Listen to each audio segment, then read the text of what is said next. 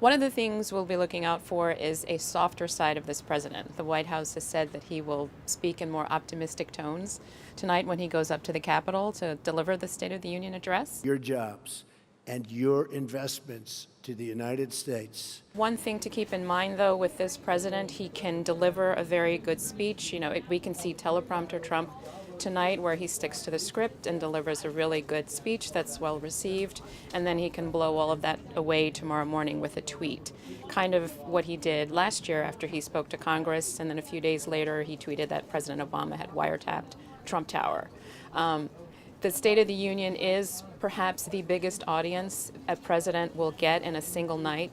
Millions of people watch the speech. It will be interesting to see the ratings numbers the next day when they come out to see whether there was a significant drop in Trump's audience, given how divisive he has been.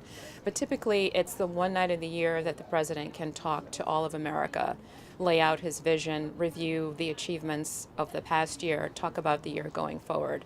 And with this year being an election year, another element of the speech is the fact that he's going to be trying to set a tone for members of Congress and give them sort of a boost heading into the midterm elections with the speech.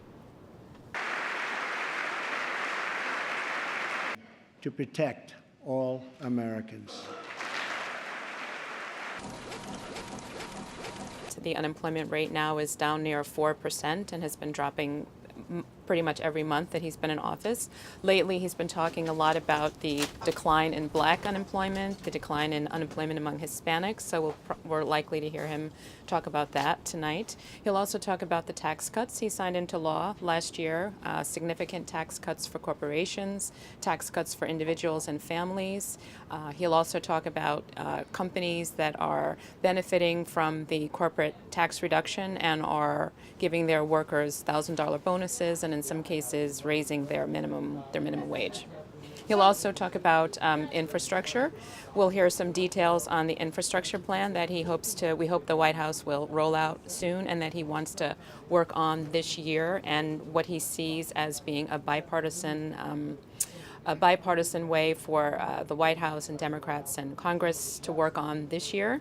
He'll also talk about trade and national security and, of course, immigration, which is the issue that has been bedeviling lawmakers in the White House for some time now.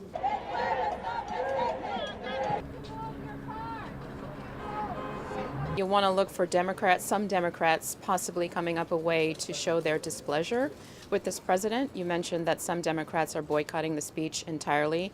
You have some Democrats, mostly Democratic women, who are planning to wear black in response to the sexual harassment and the Me Too movement and all those allegations that have touched on pretty much every industry in U.S. society, including Congress.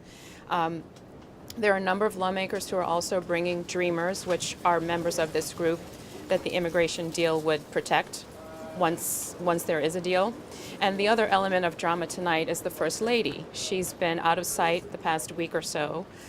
There's a lot of speculation that has to do with this report in the Wall Street Journal from a week or two ago that talked about a payment from President Trump's attorney to a porn actress who claimed to have had an affair with President Trump shortly after he got married to the First Lady. So she's been out of sight for a while, and she's going to come back into public view tonight at the State of the Union.